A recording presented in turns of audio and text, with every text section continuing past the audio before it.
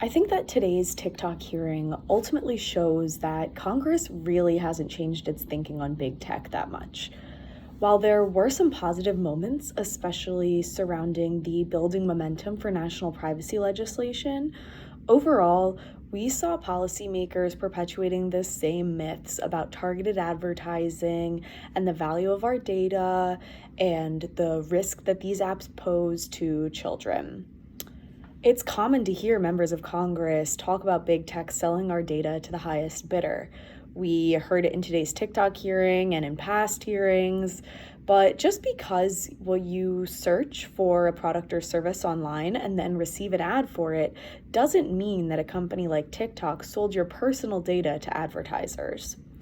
We also heard the question, oh, but will I get paid for my data?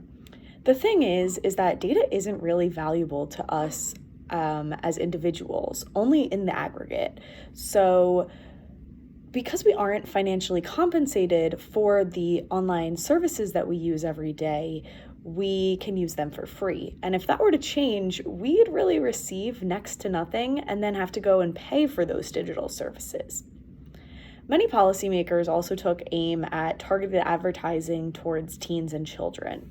But online ads don't inherently mislead or confuse teens. And what we should focus on is the continued lack of policy guidance surrounding undisclosed sponsored or targeted advertising content.